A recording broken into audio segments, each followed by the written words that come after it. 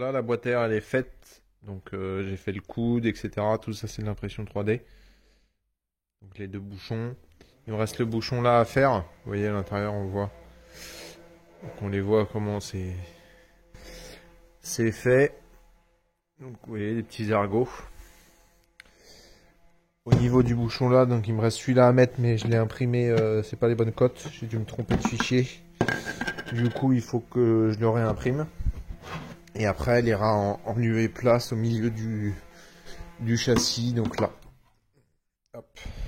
Vous voyez, on aura une belle boîte air. Donc voilà au niveau de la boîte air, donc où on en est, donc c'est quasiment fini. J'ai réparé également tout, donc c'est pas très très beau, j'avoue. Là également, en fait ça brûle, si vous voulez. Ça brûle le plastique et ça laisse des dépôts crasseux. Mais c'est bien étanche, donc c'est le principal.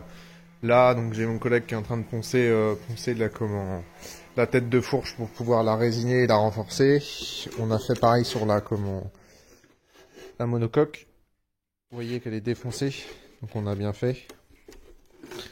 Donc il y a du boulot pareil en résine. Il y en a qui vont nous dire mais pourquoi tu l'as coupé?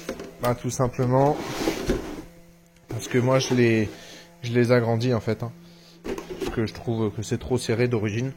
Donc c'est sûr que c'est du taf. Ça demande du boulot, mais après c'est que du bonheur. C'est que du bonheur après. Donc voilà à ce niveau-là. Donc on a tout le derrière à refaire. Vous voyez, dès qu'on enlève le gel coat, en fait, bah il n'y a plus rien quoi. Donc il y aura tout ça à faire. On va mettre des cartons, je pense, pour pouvoir résiner. Savoir qu'il y a eu aussi de la couche dedans, donc c'est un peu du sauvetage là. Clairement, c'est du sauvetage. Donc voilà, on fait la première couche. J'attends que ça gèle. Et une fois que ça gèle, je vous montre à peu près le résultat, pas fini, mais avancé. Allez, c'est parti. Donc voilà la deuxième couche de résine. J'ai oublié de vous filmer la première. Donc la première, c'est chiant, hein. C'est de la construction, hein. Surtout quand vous voyez, on a grandi la selle. Et derrière, il y avait des gros trous, donc c'est de la construction. Vous voyez, donc là c'est rebouché, on a remis par l'intérieur parce que j'ai bien poncé en fait. Si vous voulez, la première étape c'est pas faire un truc beau, hein. C'est faire un truc, des bonnes fondations quoi, on va dire ça comme ça. Donc j'ai fait ça. Donc après ce matin j'ai tout décapé, donc vous voyez j'ai poncé beaucoup plus large que la première fois pour vraiment renforcer, voir où il y avait des fissures parce que ça commençait à le jet coat avait des craquelures à des endroits. Enfin des marbrures du type ça, vous voyez. Et ça va ressortir à la peinture. Donc j'ai tout dégagé. Pardon. J'ai tout dégagé. Et là j'en ai profité pour refoutre une couche. Pour pouvoir refaire des arêtes propres. Donc là, j'ai rechargé là aussi. J'ai essayé de bien charger au niveau des formes pour pouvoir refaire une forme correcte. Vu qu'on écarte, bah il y a plus le bon. Ça matche plus au niveau des formes quoi. Voilà. J'ai essayé de récupérer la forme là également. J'ai rechargé tous les petits trous de surface qu'il y avait. Là, le carénage, pareil, donc on avait bien poncé hier et il y avait des fissures là. Là. Du coup, j'ai tout bien rechargé. Il y en avait une autre là, je l'ai vue ce matin. J'ai poncé. J'ai rechargé également où il y avait les anciens phares, je suppose. Donc voilà, j'ai fait tout bien. À savoir que là, c'est la première couche sur celle-ci. Il va y avoir une autre, je pense. Pareil, ça va être ponçage, ébauche. Vous voyez, là, j'ai mis 3 couches normalement. C'est presque sec, ça colle plus au doigt. Là, c'est un test. Ça ressemble pas à grand-chose. Donc en fait, j'aimerais bien incorporer le feu arrière dans l'arrière directement. Qu'il soit pas... qu'il ressorte pas, quoi. Qu'il soit dedans. Du coup, j'ai essayé de faire un petit caisson comme ça. Ça a l'air de tenir, là. Je sais pas si je peux l'enlever. J'ai peur qu'il colle après, en fait. Je pense que je vais l'enlever, là. Je vais essayer de l'enlever et je vous reprendre après. À savoir que ça a commencé à refaire des rebords, donc à voir comment ça réagit, quoi. Donc voilà, en termes de carénage, il y a quand même du boulot. C'est une grosse partie aussi du taf quand vous faites des modifications assez conséquentes, pardon. Ça demande aussi du temps. Donc il y a eu la même traitement sur celle-ci, hein. Il y a eu un, vous voyez, comme je suis tombé, on voit un peu des craquelures. C'est de l'autre côté de mémoire. Vous voyez, hop, là. Bon là, mais ça n'a rien à voir. Donc j'ai augmenté. Vous voyez, de toute façon, si on encore ça se voit pas trop parce que j'ai essayé de faire ça proprement. Je pense que la bande elle est par là, vous voyez. Celui-là, il y a un creux. Mais ça se voit quasiment pas, donc et puis c'est beaucoup plus confortable pour conduire. Donc voilà, je vous reprendrai, donc je vais essayer de démouler ça, et autrement je vous reprendrai une fois que j'aurai tout bien décapé, ce que ça rend. À mon avis, il va y avoir besoin d'une autre couche également. Peut-être pas de renfort au niveau du réservoir, là je pense que ça va être bon, mais ça va être plus au niveau de l'assise, quoi. Essayer de faire un truc plutôt joli, quoi. Et la tête de fourche à finir. Mais ça avance, on est sur le bon chemin. Donc voilà, j'ai réussi à démouler le moule. Donc ça donne ça. Bon, je sais pas si ça va être réussi. À savoir que c'était un test, hein. Là, je vais le finir. Vous voyez, il est rigide déjà. C'est pour ça que j'ai pu le démouler, mais il est pas sec. Donc, ce qui fait que je peux le démouler assez facilement. Donc, je vais laisser ça sécher. Et laisser ça comme ça, au cas où j'en referai un autre. C'est pas facile, hein, parce que c'est tout petit et ça sèche, enfin voilà, bref. Donc voilà, j'ai fait la troisième couche, j'ai oublié de filmer, j'étais encore dans le feu de l'action. Mais j'ai tout simplement donc poncé en fait jusqu'à presque percer la fibre aux endroits où il y en avait trop, vous voyez. Pour affiner le côté là et rembourrer ce côté-là. Donc là, j'affine à la ponceuse ce côté-là. C'est pour ça que vous voyez, c'est quasiment décapé jusque-là. Donc normalement, la coupe de la coque s'arrête là, hein. Vous voyez, j'ai poncé jusque-là donc pour atteindre les fibres que j'avais rajoutées la première fois. Pareil de l'autre côté. Et j'ai rechargé donc tout là à l'intérieur, également là, donc, non, là à l'extérieur, pardon, et là à l'intérieur, pour du coup combler ce que j'enlève à l'extérieur, le mettre à l'intérieur pour qu'il y ait quand même une certaine épaisseur de fibre. Et pareil là pour avoir quelque chose de plan. Donc là vous voyez ça redescendait un peu, j'en ai remis une là, faut que je reponce. Vous voyez là il en manquerait un peu aussi. Après ça c'est de la finition. Et comment, je vais vous montrer à l'intérieur. Donc voilà à l'intérieur. Donc c'est bien bien épais, hein. Ça paraît translucide parce qu'en fait y a de la résine, vous voyez. Et c'est épais, hein. C'est épais, c'est épais. Donc là faut que je redécape, vous voyez là j'ai blindé parce que c'est là que je vais percer en fait, hein. Et pareil de l'autre côté. Donc j'ai bien rechargé les éléments là en fait où j'ai agrandi, hein, tout simplement. Et j'ai refait une empreinte du feu parce que la première elle était dégueulasse, très honnêtement. Ça matchait pas du tout. Donc j'en ai fait, en fait j'ai tendance à refibrer trop par rapport à la pièce, à mettre 2 couches ou 3 couches, alors qu'une couche une fois durcie, ça garde une certaine flexibilité. Voilà, là il y a sur le bord, pas sur le bord, pardon, sur le bout il n'y a qu'une couche, mais là vous voyez c'est blindé. J'ai essayé de faire quelque chose de solide en fait, alors qu'il faut pas du tout faire ça. Vous voyez là j'ai mis une couche partout, c'est très très light, hein. J'enlève, donc ça match, là ça match bien du coup. À une main c'est compliqué, mais bon ça match. Oh, attendez, je vous pose 30 secondes dans la coque. Hop. Voilà. Vous voyez, ça ressemble déjà un peu plus à une coque, donc avec très light, hein. Vous voyez, je suis même pas allé jusqu'au bout. Donc j'ai fait une coque intérieure et là c'est plus rigide parce qu'il y a deux couches au vu du fond du coup. Et une couche tout le tour, histoire de bien épouser la forme. Vous voyez, une fois que je mets ça dans le feu dedans, donc après il reste à la coller dans la coque, hein, je vais vous montrer, j'ai fait une petite ouverture. Vous voyez, ça match nickel. Hop, tac, ça match impeccable. Donc hop, j'ai fait du coup une petite ouverture sur la coque.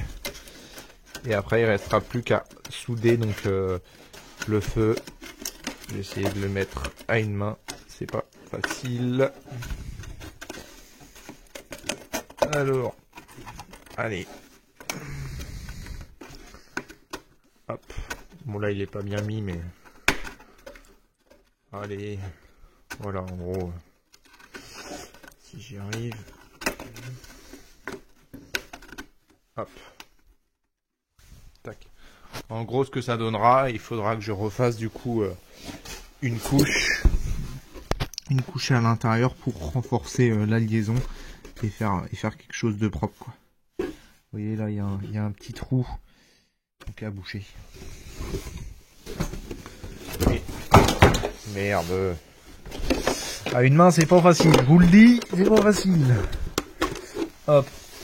Tac, et de l'intérieur ça fera ça, du coup il n'y aura plus que le faisceau à mettre bien et le feu sera intégré propre. Vu d'extérieur ça fera quasiment mob d'origine. Hop, et c'est ce que je voulais faire. Donc là au niveau de l'arrière on va quasiment être bon. De la monocoque, vous voyez pareil j'ai percé comme ça, donc histoire d'avoir vraiment des surfaces très planes. Donc là il faut que je recharge du coup par l'intérieur. De toute façon il me restera quelques couches à faire, donc notamment avec le renfort du feu. Là il faut que je reponce comme je vous ai dit pour essayer d'obtenir la forme la plus naturelle possible, donc c'est-à-dire une belle arche. Après je vais pas non plus être dans le détail, hein, ça reste une coque de mob de circuit. Donc vous voyez déjà la coupe elle n'a pas été faite droite, mais après j'ai mis 5 là et 5 là, donc dans tous les cas si vous voulez on a la même valeur. Elle est pas de biais, on dirait qu'elle est de biais mais c'est un effet optique, une fois qu'elle sera peinte elle sera plus de biais. Donc voilà, et après j'ai renforcé également à l'avant. J'ai comblé le petit trou là qu'on voyait, donc là on le voit encore. Il manquerait un petit peu une petite couche ici. Et le carénage là va quasiment être bon. Hein. Plus qu'à fignoler et on a vraiment du coup une surface d'assise beaucoup plus large. Et en termes de coque avant, bah, j'ai toujours pas avancé, hein, c'est comme tout à l'heure. Faut que je reponce tout et que je fasse les ouvertures pour les LED. Donc les éclairages avant, ça sera ça. Hop. Ça éclaire vraiment pas mal. Donc je pense que je vais en mettre 2. Comme ça on y verra quand en plein jour. Je vais essayer de faire un petit égal là. Avec une barre de fibre entre les deux LED. Ce qui est important de faire aussi dans une mob de circuit, c'est un truc différent des autres. Surtout en signaux lumineux. Pour pouvoir reconnaître sa mob durant la nuit. Vous voyez des feux comme ça, il n'y en a pas beaucoup. Au début je voulais faire un V, mais pour éclairer le sol ça allait être une misère, donc je l'ai pas fait. Je pense que je vais faire un égal, vous voyez, donc quitte à mettre une comme ça. Après faut oublier qu'il y a le numéro aussi. Donc après je peux faire une signature lumineuse et que le numéro soit intégré dans la signature lumineuse. Je sais pas, je dis une bêtise, hein, je sais pas le numéro qu'on va prendre. Mais par exemple 8, tu mets le LED comme ça, le LED comme ça, tu mets 2 barres comme ça, une autre barre comme ça et ça fait un 8 avec les 2 barres lumineuses en plus quoi, la nuit. C'est une idée. Après, faut que je pose la question aux gars, savoir quel numéro, s'ils ont pensé à des numéros déjà, pour peut-être réfléchir à ça quoi. Parce que sur le côté on aura la place, vous voyez comme ça les numéros là, mais à l'avant faudra réfléchir. Donc, vous voyez là sur celle-ci il n'y a pas de feu, C'est juste l'admission d'air forcé, mais il n'y a pas de feu. Donc il y en a, ils les mettent là. Vous voyez, on aurait eu un carénage comme ça, j'aurais fait une petite découpe ici, je pense, avec le spot qui ressort là. Mais du coup, on n'a pas du tout la même bulle. Donc ça va pas être ça. En garde-boue, je pense qu'on va rester là-dessus. Hein, c'est du stylé, c'est du gratuit surtout. Faut savoir que ça, c'est de l'impression 3D, c'est pas lourd. On va mettre ça du coup dans la fourche en fonction comment ça se passe, enfin comment ça passe avec la fourche où je regarde aussi parce que c'est pas du tout la même fourche qui va être mise. Donc à voir. Voilà, pour le moment, je vous refais une petite vidéo sûrement d'avancement. Vous voyez sur les carénages, j'ai déjà ça à refaire. Sur la bulle, il y a un peu encore du taf. Et surtout à savoir comment on va la fixer sur le châssis. À savoir que j'ai toujours pas la fourche, donc je sais toujours pas le braquage qu'il me faudra parce que la coque là sera sûrement statique. Au vu des déports, elle pourra pas tourner comme celle-ci. Celle-ci, vous voyez, elle est fixée sur l'été. Du coup, je tourne et tourne. L'autre, ça sera l'inverse. Ce sera la bulle qui tournera et la coque sera statique. Donc voilà. Je vais sûrement reponcer, vous refilmer une fois tout poncé. Donc carénage ça et ça. Et aussi une fois que le feu, tout ça sera gelé, et on sera quasiment à la fin des carénages. Après, ça sera montage, des tests, et une fois que tout sera validé, ça sera ponçage, peinture finale. Et voilà. Déjà, on sera bien. Donc là, on a modifié les carénages. On a fait des ouvertures pour les LED à l'avant. Donc on a aussi modifié on a fini la coque. Hein. Là, l'intégration du feu arrière, je vous avais pas filmé. Bon, il faut qu'on finisse de poncer, etc. Éteins, chef, éteins, parce qu'il n'y a pas de surprise. Donc là, on est en train de voir l'inclinaison des feux. Donc on va essayer que ça soit réglable également, mais pour faire les pattes de feu, si vous voulez, faut déjà qu'on ait une inclinaison. Donc on a fait un carton avec, bon, du coup, on a mis ça sur une table comme la chiotte est sur une table. On va éteindre. On va éteindre là-bas. On va éteindre là-bas. Là déjà on est un peu plus dans la pénombre. Donc là on a une jauge à 50 et une à 70. Il faut savoir que donc on a mis une petite batterie. Ah, chef, qu'est-ce que tu branles? Non parce que les deux sont pas, voilà. C'est un montage à la Walligan, mais ça crache. Là maman, on va éclairer comme un plein jour. Mon pote devant, ça crache. On va l'avoir arrivé avec ses deux petits yeux. Voilà. Vu du poste de pilotage, ça éclaire. Ah bah en plein jour. Donc voilà, après on va peut-être voir si on en met un indépendant des deux. Pour savoir si en fonction... Voilà, donc t'as avec un seul ça fait comme ça. T'arriverais à mettre que celui du bas? Celui du bas ça fait ça. Et avec les deux, maman à plein jour. Ça c'est quand on voudra mettre des appels de phare pour doubler. Allez, bouge ton cul. Donc voilà, donc ça avance bien là. Après, faut qu'on renforce encore un côté. Et la coque, on est quasiment bon. Hein. Juste fignolé au niveau du feu arrière, vous voyez. Donc c'est intégré. Hein. Dessous, hop, voilà. Donc là, le feu, il est là. Bah, ça va pas rentrer parce qu'il y a des petits schraps. Il y a des petits schraps qui vont l'empêcher de rentrer, mais en gros, ça va faire ça, quoi. Donc là, on est dans le tuning. Donc on avance, après on va commencer à attaquer les arceaux moteurs et les fixations du carénage, même si on n'a pas la bonne fourche. Là on est obligé de commencer à avancer, même si on n'a pas la bonne, parce que autrement on va être dans le jus. Donc voilà, on remet la lumière parce qu'on n'y voit rien. Lourd. Oui. Voilà, le bolide. Ça commence à prendre forme. Faut savoir que c'est pas un moteur, hein, c'est un Malos. Hein. C'est pas le bon. Mais c'est pour faire des arceaux, pour déjà avoir une idée de la place que ça prend. Voilà, on commence les arceaux, on va foutre une poulie, un axe de poulie, une poulie pour pouvoir commencer les arceaux. Allez, c'est parti.